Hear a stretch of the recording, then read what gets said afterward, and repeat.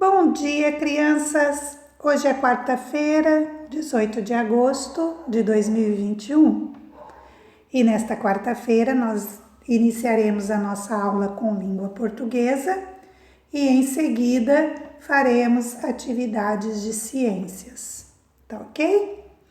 Bom, em língua portuguesa nós vamos dar continuidade ao estudo da escrita, que na aula anterior nós fizemos até a página 125 do livro, né, de português.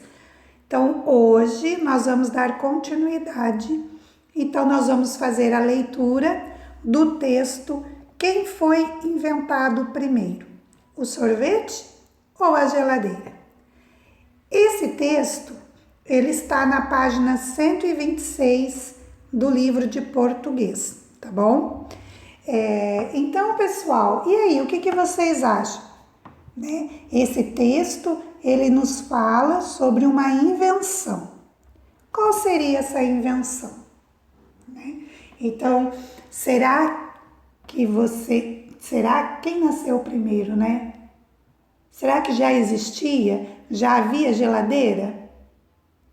Antes do sorvete?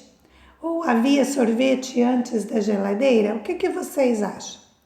Então, esse texto vai nos orientar, nos informar, né? Matar a nossa curiosidade em saber quem foi inventado primeiro, o sorvete ou a geladeira. Então, eu vou subir um pouquinho a página aqui que está, né? A professora colocou novamente para vocês verem, olha, retomada. Leia este texto expositivo sobre a origem do sorvete. Então, o texto está aqui, tá? Então, a professora vai fazer a leitura, vocês vão acompanhar a leitura com a professora, com o livro de vocês aí em mãos, tá bom? E aí a gente vai matando a nossa curiosidade e vamos saber, então, aí poder saber quem foi inventado primeiro, tá bom? Então, vamos lá.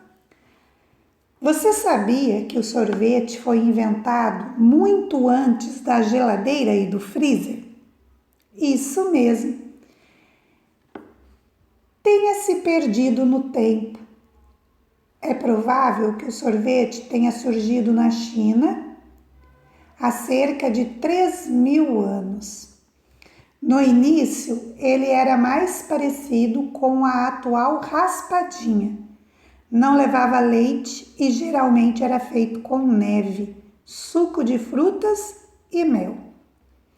Apesar de estar cercada de lendas e muitas controvérsias, sabe-se que a história do sorvete tem uma forte ligação com a evolução das técnicas de refrigeração. Em 1100 a.C., os chineses já sabiam como conservar o gelo formado naturalmente no inverno para usá-lo durante o verão.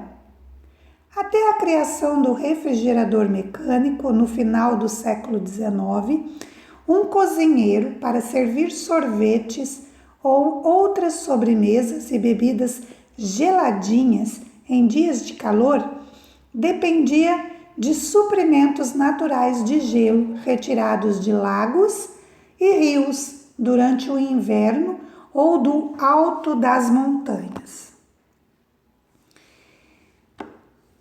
Por volta do século XIII, uma outra descoberta importante sobre a refrigeração permitiu o aperfeiçoamento da produção de sorvete. A adição de sal ao gelo baixava a temperatura da mistura pelo menos de 0 graus Celsius. A partir de então, era só pôr os ingredientes já batidos no recipiente de metal e colocá-lo dentro de um outro recipiente maior de madeira com a mistura de sal e gelo, que o sorvete congelava bem mais rápido. Nessa época, no entanto, ele ainda estava longe de ter aquela textura suave que conhecemos hoje e também não levava leite nem ovos. Só em meados do século XVII, provavelmente na Itália, os novos ingredientes foram incorporados à receita. Que legal, né? Aqui nós podemos aprender, né? Descobrimos que o sorvete veio primeiro, né? Bem antes do nascimento de Cristo, né? De Jesus Cristo. Os chineses já aproveitavam o rigoroso inverno e já fazia lá os seus sorvetes com gelo, suco de fruta e mel para adoçar, né? E depois, com o passar dos anos, foi aprimorando até chegar hoje no sorvete que nós conhecemos, né? E degustamos aí. Bom, então após essa leitura, né, desse texto expositivo, que é o texto que ele é impresso, né, em algum site, em alguma revista, em livros, tá bom? Então este aqui, olha, ele está disponível no www.envivofiocruz.br, tá bom? Então quem quiser ir ler na íntegra, é só acessar aí o site e vai poder estar lendo toda a matéria, né, na íntegra por inteira, tá bom? Então vamos voltar aqui na página 127 e nós vamos responder as perguntinhas aí da letra A, tá bom? Então vamos lá. Nos itens A e B, assinale a alternativa correta. A letra A. O texto expositivo apresenta lugares relacionados à história do sorvete, opiniões sobre a fabricação do sorvete ou exemplos de pessoas relacionadas à história do sorvete. Então, o que vocês acham? Logicamente que são, né, o texto ele está relacionado aos lugares, né, lugares relacionados à história do sorvete. Então, durante toda a nossa leitura, nós podemos observar que há várias citações dos lugares, né, onde começou a história aí do sorvete. Letra B. A expressão, apesar de estar cercada de lendas, significa que todos os acontecimentos apresentados no texto aconteceram de verdade? Alguns acontecimentos apresentados no texto aconteceram de verdade. Então, vocês vão ler ali, apesar de estar cercada de lendas, vocês vão responder quais das duas alternativas aí é a correta. Letra C. Observe as expressões destacadas no texto.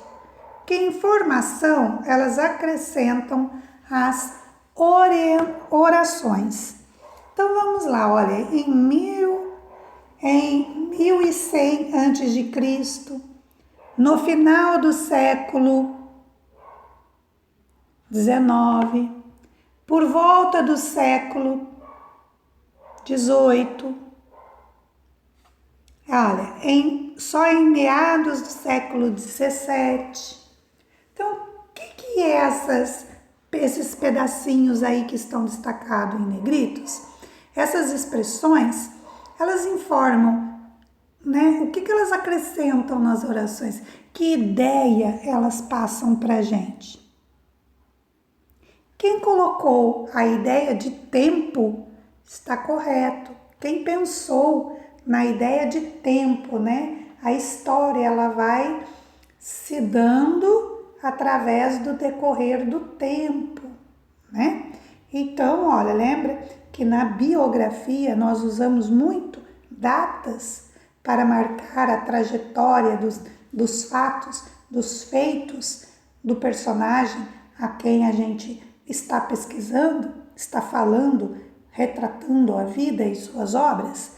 Aqui no texto também expositivo também aconteceu. Foi usado, né, as datas aproximadas para dar a ideia de tempo, que o tempo foi avançando. Letra D. Qual é a função das vírgulas que seguem as expressões destacadas no texto?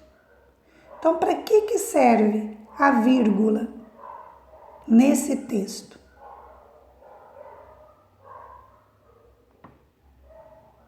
Serve para destacar, né? Olha, separar as expressões de tempo na oração, na frase, destacando elas. Então, a finalidade da vírgula aqui é para destacar essas expressões.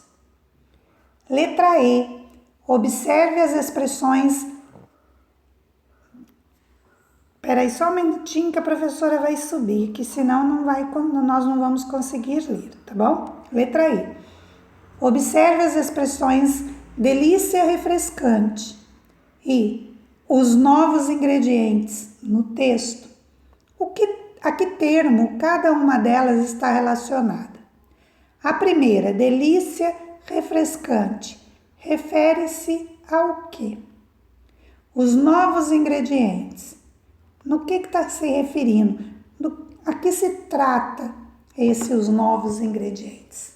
Então, vocês deverão ler o texto novamente, né? E responder aí esta perguntinha. A letra F. No trecho, no início, ele era mais parecido com a atual raspadinha. A que palavra o pronome ele se refere? A quem está se referindo o pronome ele na frase, né, nesse trecho do texto? Letra G. Justifique a acentuação na palavra época. Lembrando, né, que nós estamos estudando, relembrando, né, aprofundando os estudos das palavras oxítonas, paroxítonas e proparoxítonas, né? Como que eu observo a palavra, né? A classificação dessa palavra. Eu sempre conto do final da palavra para o começo. Eu observo o contrário, né?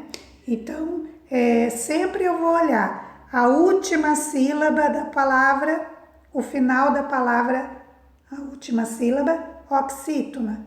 A penúltima sílaba da palavra, paroxítona. A antepenúltima, proparoxítona. Não esqueçam jamais desta dica, tá bom, meus amores? Bom, terminando então a página 27, hoje foi pouquinha coisa, né, de português. E nós vamos para ciências. E a disciplina de ciência hoje, nós vamos aí fazer um resumo de tudo que a gente viu, que a gente aprendeu, que nós conversamos em nossas aulas, tá? Sobre cadeia alimentar. Para a gente poder encerrar a parte da cadeia alimentar aí, tá bom? Então, faça a cópia do texto no caderno. Como hoje nós não vamos trabalhar com um livro didático de ciências, então vocês deverão fazer a cópia desse texto no caderno e copiar e responder às questões que seguem o texto, tá bom? Então, eu vou começar a leitura juntamente com vocês. Cadeia alimentar. Na natureza, nada se cria, nada se perde, tudo se transforma. Os seres vivos nascem, crescem, reproduzem e morrem.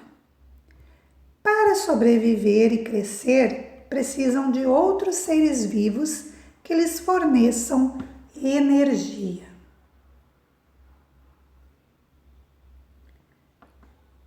animal que caça outro para se alimentar é chamado de predador, e aquele que é caçado é chamado por presa. Chamamos de cadeia alimentar a sequência de relação alimentar entre os seres vivos. Todos os seres vivos desempenham uma função no processo de alimentação. Por isso, eles podem ser chamados de seres produtores, consumidores ou decompositores. Produtores são os seres que fabricam seu próprio alimento. Esses seres são os vegetais que se alimentam pelo processo da fotossíntese. Consumidores são os seres que se alimentam dos vegetais ou de outros animais, porque são incapazes de fabricar o seu próprio alimento. Decompositores são seres microscópicos, como as bactérias e os fungos. Eles se alimentam de restos de vegetais e excrementos, fezes, urina e muco, e animais mortos. Muco aqui, gente, é aquele catarrinho, sabe? Que às vezes a pessoa, quando está doente, ela ao tossir, ela acaba soltando, tá bom?